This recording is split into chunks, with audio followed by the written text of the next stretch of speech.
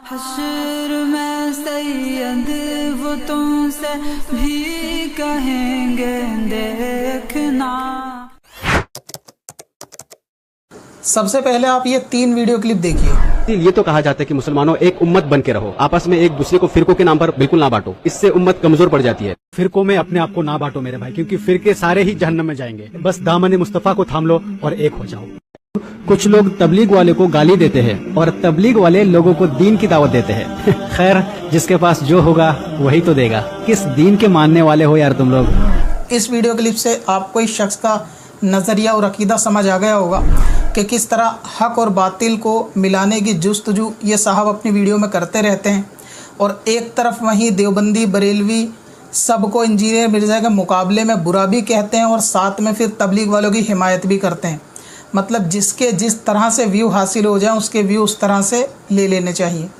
अब सबसे पहले आप ये वीडियो क्लिप देखिए। क्या बरेलवी, देवबंदी, अहले हदीस सारे फिरके इंजीनियर मोहम्मद अली मिर्जा के सामने हार मान लिया? क्योंकि ये सारे फिरके चाहते थे अली मिर्जा के साथ मुनाजरा हो जल्द से जल्द, पर जब आमना सामना करने की बारी आई तो ये लोग आए ही नहीं। ये क्या बात हुई? अब तक तो सारे फिरके यही कहता आ रहा था ना कि ये शख्स गुमराह है, काफिर है, पता नहीं क्या क्या दज्जाल है। पर आज जब यही शख्स आप लोगों के साथ बैठ के सामने से बात करना चाह रहे हैं तो अब आप लोग क्यों नहीं तैयार हो रहे, ये बताइए पहले। नहीं नहीं नहीं नहीं, यहाँ बात कुछ और है। अब लोग उतना भी बेवकूफ और भोला भाला नहीं रहा। एक शख्स कुरान और हदीस की बातें बता रहे हैं और दूसरी तरफ कुछ लोग अवाम को कहानी शरीफ बताने में बिजी है। तो अब आम मुसलमान किसे फॉलो करेंगे, किसके पीछे चलेंगे, बताइए जरा। पीठ पीछे सिर्फ चिल्लाते हो, गाली देते हो, दज्जाल, मुनाफिक, काफिर, ना जाने क्या क्या कहते हो, और सिर्फ इतना ही कर सकते हो, यही औकात है? नहीं मुसलमानों, अब आप ही लोग। सबसे पहले आपकी जानकारी के लिए बता दूं कि इंजीनियर मिर्ज़ा मुनाजरे के लिए बैठना नहीं चाहता था, और जो मुफ्ती आज़म पाकिस्तान आए थे वो किसी मदरसे के फंक्शन में आए थे और आके चले गए।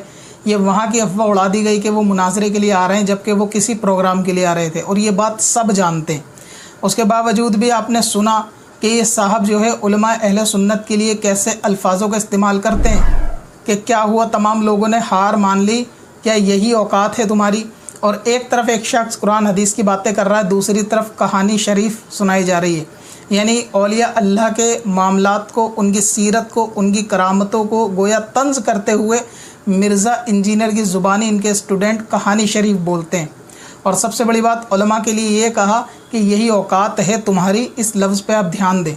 इससे मालूम चला कि ये शख्स आला दर्जे का सुलह कुल्ली है कि जो ना इधर है ना उधर है, थाली का लुढ़कता वो बैगन, कि जो इंजीनियर मिर्ज़ा का बज़ाहिर स्टूडेंट है लेकिन व्यू के लिए कभी जमातियों की हिमायत, कभी व्यू के लिए मिलादुन्नबी के जलसे के ऊपर अपना तबसरा, ये इन साहब की पुरानी आदत है। अब हम इस वीडियो में थोड़ा समझेंगे कि यही औकात है तुम्हारी किसी उलमा के लिए, आलिम दीन के लिए कहना कैसा है, उलमा इकराम की शरीयत के अंदर क्या फ़जीलत है। और ये साहब जो तमाम को एक होने, उलमा का दीन और अदब और तमीज़ की बात करते हैं, वही वक्त आने पर उलमा के लिए बोलते हैं कि यही औकात है तुम्हारी। सबसे पहले ये देखें, तिरमिज़ी शरीफ की एक हदीस है जिसमें नबी पाक सल्लल्लाहु अलैहि वसल्लम ने इरशाद फरमाया, यानी आलिम की फ़जीलत बयान करते हुए फरमाया कि एक फ़क़ीह यानी इल्म फ़िक़्ह का जानने वाला, एक आलिम 1000 आबिदों से शैतान पर ज़्यादा सख्त है। यानी एक आलिम की फ़जीलत ये है कि वो शैतान के लिए 70 आबिदों से ज़्यादा भारी पड़ता है। इसी तरीके से कुछ और उलमा की और इल्म की फ़जीलत के ऊपर मबनी इरशाद फरमाया कि ज़मीन और आसमान की तमाम मखलूक आलिम के लिए इस्तग़फ़ार यानी मग़फ़िरत की दुआ फरमाती हैं। और इमाम गज़ाली फरमाते हैं कि उससे बड़ा मर्तबा किसका होगा, यानी इस चीज़ से, इल्म से बड़ा मर्तबा किसका होगा कि जिसके लिए ज़मीन और आसमान के फ़रिश्ते मग़फ़िरत की दुआ करते हैं। ये आलिम अपनी ज़ात में मशगूल रहता है और फ़रिश्ते इसके इस्तग़फ़ार में मशगूल रहते हैं। और फरमाते हैं कि एक कबीले की मौत एक आलिम की मौत से आसान है। यानी एक आलिम मर जाए और एक कबीला मर जाए तो ज़्यादा नुकसान एक आलिम के मरने पे है जो सही अक़ीदा सुन्नी हो। फरमाया कि क़यामत के दिन उलमा की सियाही शहीदों के खून से तोली जाएगी।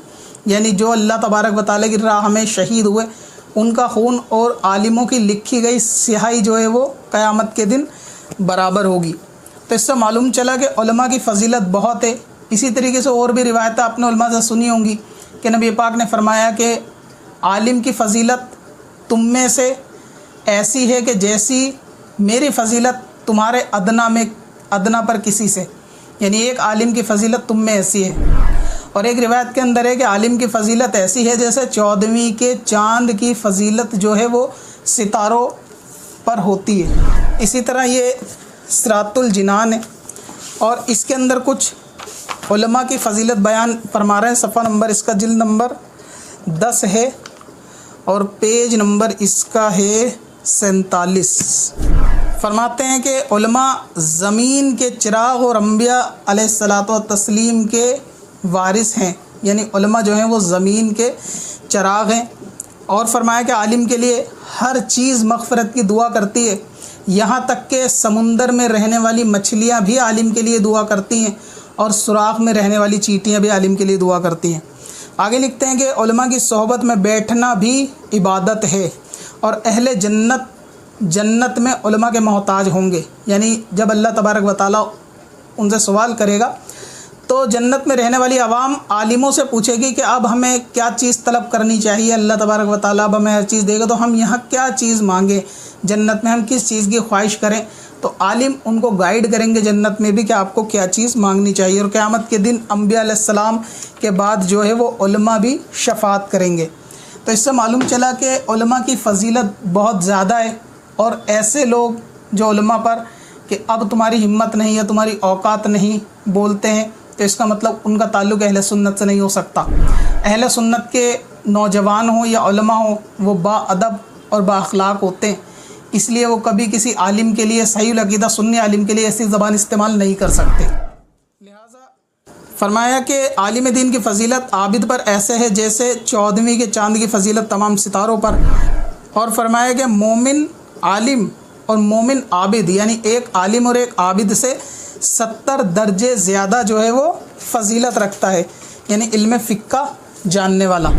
लिहाजा उलमा इकराम के लिए ऐसी ज़बान का इस्तेमाल करने वाला शख्स किसी सूरत सुनने नहीं हो सकता। और जो ये कहे कि तमाम फ़िरके एक हो जाएं, सभी फ़िरके जहन्नम में जाएंगे, लिहाजा दामन मुस्तफ़ा को थामें। तो दामन मुस्तफ़ा क्या है? वही एक गिरोह जिसको अहले सुन्नत व जमात कहते हैं। और मिर्ज़ा की हिमायत में इन साहब के बयान आपने सुन ही लिए होंगे। इसी तरह उलमा पे बदज़ुबानी करना, उनसे बुग़्ज़ रखने के ताल्लुक़ से आला हज़रत अज़ीमुल बरकत फतावा रज़विया की जिल्द नंबर 14 और सफ़ा नंबर इसका 381 के ऊपर इरशाद फरमाते हैं कि जो बग़ैर ज़ाहिरी सबब उलमा से बुग़्ज़ रखे, यानी किसी भी आलिम दीन से बग़ैर ज़ाहिरी सबब बुग़्ज़ रखे तो उस पर खौफ है कि वो कुफ्र पर मरेगा। और नीचे एक हदीस पाक इरशाद फरमाते हैं कि 3 आदमियों की बेदबी करने वाला शख्स खुला मुनाफिक है, यानी वो ऐलानिया मुनाफिक है कि जो इन 3 की तौहीन या बेदबी करे। उनमें से एक है आलिम दीन। आलिम दीन की बेदबी या तौहीन करने वाला शख्स खुला मुनाफिक है, ये नबी पाक सल्लल्लाहु अलैहि वसल्लम ने इरशाद फरमाया। इसके अलावा फरमाया कि बूढ़े शख्स की, यानी ऐसा शख्स के जो बूढ़ा है उसकी तौहीन करने वाला खुला मुनाफिक है। और एक हाकिम जो आदिल हाकिम हो, यानी इंसाफ पसंद हाकिम हो, उस शख्स की तौहीन करने वाला या उसकी बेअदबी करने वाला वो शख्स खुला मुनाफिक है। तो उलमा के लिए ये कि जुर्रत नहीं है, हिम्मत नहीं है, मुकाबले के लिए डर गए वग़ैरह वग़ैरह, ये उलमा से बुग़्ज़ और उनकी नफ़रत दिखाता है और ये मुनाफिक होने की एक अलामत दर्शाता है। अब आप सारे मामलात और बयानात से इन साहब के बारे में नज़रिया, अकीदा और सब चीज़ों से वाकिफ़ हो गए होंगे जिनके जवाब हमने रेफरेंस के साथ दे दिए। अब आप इस वीडियो क्लिप को देखिए। अब हम अपने कुछ अजीज़ क्रिएटरों की बात सुनते हैं कि उनका 75 सुन्नत चैलेंज को लेकर क्या ख्यालात है, क्या तासुरात है। मुज़फ़्फ़र रूहानी भाई का 75 डेज सुन्नत चैलेंज वाला वीडियोस आप लोगों ने तो देखा ही होगा। भाई दिल से सलाम है आपको, क्या कंटेंट बनाया आपने, बहुत कुछ सीखने को मिला आपसे। आपने डेली ब्लॉग के जरिए लोगों को जो दीन इस्लाम की तरफ बुलाया, एक एक करके सुन्नत के बारे में बताया बेहतरीन अंदाज में। दिल खुश हो गया भाई आपका वीडियो देख के। अल्लाह आपको कामयाब करे, ऐसे ही वीडियोस बनाते रहिए बस। अब इन व्लॉगर से ये सवाल तो बनता है कि आखिर इन साहब को प्रमोशन देने की क्या ज़रूरत है। अगरचे लाख मान लिया जाए कि आपको लफ्ज़ बरेलवी से इख्तिलाफ़ है, आप ख़ुद को बरेलवी कहने में शर्म महसूस करते हैं या आप इस बात से इख्तिलाफ़ करते हैं, लेकिन एक ऐसा शख्स जो इंजीनियर मिर्ज़ा का फॉलोअर होने के साथ साथ उलमा अहले सुन्नत पर ज़बान दराजी भी करता हो, ऐसे शख्स ने सिर्फ आपकी ताज़ीम करी तो आपने उसकी वीडियो को अपनी वीडियो में लगा के उसको प्रमोशन दिया। अब ये तो अल्लाह ही जानता है कि वीडियो मांगी गई है या खुद ने भेजी है। बहरहाल ऐसे सुलह कुल्ली लोगों को, ऐसा मुनाफिक सिफत लोगों को प्रमोट करने का ब्लॉगर साहब का क्या मामला है, ये आप यूज़र ही कमेंट के अंदर पूछें और बताएं क्या ये वीडियो प्रमोशन वाली ये क्लिप कट होनी चाहिए या नहीं होनी चाहिए, और कौम से आके इस मामले में तौबा रुजू बनता है या नहीं बनता कि मैंने एक ऐसे शख्स को अनजाने में प्रमोट किया कि जो उलमा अहले सुन्नत के लिए ऐसा नज़रिया रखता है, हक़ और बातिल को मिलाने का नज़रिया रखता है, तो क्या मुझे उसकी क्लिप प्रमोट करना दुरुस्त थी या नहीं। ये सवाल आवाम खुद कमेंट के अंदर पूछे, क्योंकि मुझे उम्मीद नहीं है कि इसका जवाब आएगा या ये क्लिप बीच में से कट होगी। लेकिन आप इस क्लिप को देख के खुद फैसला कर लें कि क्यों लफ्ज़ बरेलवी कहने से लोगों को इख्तिलाफ़ है, क्यों लोग अपने आप को खुल के बरेलवी नहीं कहते, सिर्फ सुन्नी पे आके अटक जाते हैं। क्योंकि ऐसा कहने से वो लोग के जो जिनका ताल्लुक़ मसलक आला हज़रत से नहीं है वो फॉलोअर लिस्ट से कम हो जाएंगे। फ़कत उनको जोड़े रखने की वजह से लोगों को ये इख्तिलाफ़ बरेलवी लफ्ज़ से आजकल होने लगा है। दूसरा सबूत मैं इसका जीता जागता आपको और दे दूँ। अभी लेटेस्ट अजमेर शरीफ के एक ब्लॉग आया है जिसके अंदर सारे मामलात बिल्कुल हक़ बयान किए गए कि सजदा वगैरह करने के ताल्लुक़ से, खुराफात के ताल्लुक़ से और सजदा ताज़ीमी के ताल्लुक़ से सब कुछ हक़ बयान किया गया। लेकिन उसके अंदर एक जुमला ये बोला गया कि उसके बाद में गरीब नमाज के आस्ताने पर गरीब नमाज के वसीले से अल्लाह से दुआ करता हूँ। बिल्कुल सही और हक़ है, लेकिन फॉलोअर कमेंट्स के अंदर ये जानना भी चाह रहे थे क्या डायरेक्ट गरीब नमाज या किसी वली से दुआ कर सकते हैं या नहीं। किसी ब्लॉग के अंदर इस चीज़ का जिक्र नहीं है, क्योंकि बीच में ऐसी झोल वाली बात करना कि जिसके अंदर 24 नंबर और सुन्नी जिनका किसी मसले में इख्तिलाफ़ नहीं है वो सब आके एक प्लेटफॉर्म पे जमा हो जाएं। आप कहेंगे कि जो मज़ार पे फातिहा पढ़ना वो 24 नंबर वाले भी बोल देंगे हमें इसमें इख्तिलाफ़ नहीं, वसीले से दुआ करना वो भी ये कह देंगे कि हमें इसमें इख्तिलाफ़ नहीं। लेकिन जिस चीज़ में इख्तिलाफ़ है उस चीज़ को वीडियो में बोलने से हमेशा बचा जाता है। इसका रीज़न क्या है ये तो खैर आवाम ही पूछेगी तो जनाब जवाब देंगे, हमारे सवाल से तो शायद वो जवाब नहीं देंगे। क्योंकि मैंने देखा है व्लॉगर अक्सर ऐसे होते हैं कि जो मज़ार पे जाके दुआ करते हैं, फिर कमेंट के अंदर जो लोग सवाल करते हैं कि डायरेक्ट दुआ मांगनी चाहिए वलीउल्लाह से, तो वहाँ पर उनका जवाब का कोई रिप्लाई नहीं होता। और वीडियो के अंदर भी इस तरह गोल बातें की जाती हैं कि वसीले से अल्लाह से दुआ करते हैं, जिसमें इख्तिलाफ़ नहीं है और ये जायज़ है, इसमें कोई कराहत नहीं है। लेकिन मसला उस इख्तिलाफ़ का है कि जिसको बयान करते के साथ ही वो फॉलोअर हट जाएंगे जो डायरेक्ट दुआ मांगने के कायल नहीं है। इसी तरीके से एक और वीडियो आई थी जो मुझे एक साहब ने भेजी थी कि वलीउल्लाह की मज़ार पे चादर या फूल वगैरह चढ़ाने के ताल्लुक़ से, उसकी कमेंट सेक्शन के अंदर भी आप लोग देख लें कि लोग ये पूछ रहे हैं कि मज़ार पे जाके फातिहा करना ठीक है, इसमें कोई ख़राबी नहीं है, लेकिन क्या मज़ार वाले से डायरेक्ट मांग सकते हैं। इसके ताल्लुक़ से ना वीडियो में कहा जाता ना कमेंट में कहा जाता। वजह सिर्फ एक ही है, क्योंकि ऐसा कहने से जो ख़ुद को सुन्नी कहने वाले दूसरे लोग भी आजकल सुन्नी कहलाते हैं, वो लोगों की छटनी हो जाएगी अपने फॉलोअर लिस्ट से। और जो कि अक्सर व्लॉगर नहीं चाहते कि हमारे फॉलोअर कम हो, वो ये चाहते हैं कि ऐसी बात हो कि जिसमें पकड़ भी ना हो और सबका उस पर इत्तेफाक भी हो जाए, फिर चाहे वो सुलह कुल्ली लोग हो या कैसे भी लोग हो। और आप इनकी फॉलोअर लिस्ट के अंदर देखेंगे कि इसीलिए अक्सर सुलह कुल्ली टाइप सिफत ज़्यादातर लोग होते हैं। वजह उसकी यही है कि वो बातें खुल के बयान नहीं की जाती कि जो करने की ज़रूरत है।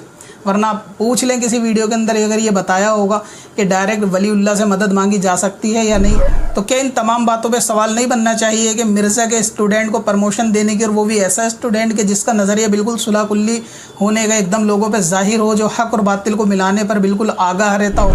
ये एक क्लिप आप और देखिए। जैसा कि आप लोग जानते हैं कि मौलाना तारिक जमील के बेटे की मौत हो चुकी है, जिस पर एक मुसलमान दूसरे मुसलमान को बदनाम करने में लग गए हैं, तो अल्लाह से लौ लगा लो और दिल में अपने नबी की मोहब्बत को बसा लो और फिरके के इस चश्मे को तोड़ डालो और कुरान और नबी का दामन मजबूती से पकड़ लो। अब मुझे तो समझ में नहीं आई ये व्लॉगर साहब किसको कह रहे हैं कि एक मुसलमान दूसरे मुसलमान को बुरा कह रहा है, यानी तारिक जमील को बुरा कह रहा है, तो तारिक जमील भी इनके नज़दीक जो है वो अब मुसलमान है। अब सवाल ये है कि जो शख्स पूरी ज़िंदगी सुन्नी मुसलमानों को बिदअती, कब्र पूजने वाला और मुशरिक कहता रहा और मज़ार की हाज़िरी को बिदअत और शिरक के फतवे जो लगाते रहे, वही अपने बेटे की मैयत के ऊपर जब कब्र के ऊपर फूल डालने लगा, तीजा करने लगा, 40वां करने लगा और कुरान खानी करने लगा, तो मुसलमानों का इतना भी हक़ नहीं है कि वो उससे सवाल करे कि जिस फ़ेल के लिए, जिस काम के लिए तुम हमें ज़िंदगी भर मुशरिक कहते रहे, बिदती कहते रहे, अब वही सारे शिरक और बिदत के काम तुम करते हो। यानी जब तक वो शख्स मुसलमानों को गुमराह, बिदती, मुशरिक कहता रहा डायरेक्ट इनडायरेक्ट, जब तक ये व्लॉगर साहब खामोश थे। लेकिन जब मुसलमानों का उनसे पूछने का, मुतालबा करने का नंबर आया कि भाई अब ये सब काम तुम कर रहे हो, ये सारे तो बिदत और नाजायज़ काम थे, कल तक ये सारे तो शिरक वाले काम थे, तो व्लॉगर साहब उनकी हिमायत में आके बोलते हैं कि आप क्या फ़िरके का चश्मा हटा लेना चाहिए। अब आप मुझे बताएं कि फ़िरके का चश्मा हटाने से क्या मुराद है। क्या सबको एक हो जाना चाहिए हक और बातिल को? क्या सबको अकायद का इख्तिलाफ भूलने के बाद सबको एक सफ़ में लाके खड़ा कर देना चाहिए? आपको तारिक जमील की हिमायत में ऐसी क्या सूझी कि आप कहते हैं कि एक मुसलमान दूसरे मुसलमान को बुरा कहता है? यही आपकी बातें हैं कि जो अहले सुन्नत होने में शक शुबा पैदा करती हैं आवाम को। अगरचे हम आपको सुन्नी ही मानते हैं, लेकिन उसके बावजूद भी आपके ये हरकत और सकनात बताती हैं कि कहीं ना कहीं दाल में कुछ काला ज़रूर है। वरना आपका ये जुमला कि फ़िरका वारिद का चश्मा हटाना चाहिए और एक मुसलमान दूसरे मुसलमान को बुरा नहीं कहना चाहिए, ये किसी सुन्नी आलिम का जुमला नहीं हो सकता। दूसरा, वो इंजीनियर के स्टूडेंट को प्रमोट करना, ये तो निहायत बेशर्मी वाली बात है। साथ ही साथ इसका जो है ना प्रमोशन अभी हाल फिलहाल में हमारे जनाब मारूफ रज़ा साहब ने भी किया। और हैरान कुन बात यह है कि लोग कमेंट में भी ये चीज़ बोल रहे हैं कि ये शख्स जो है वो सुलह कुल्ली, आप इसको प्रमोशन मत दो।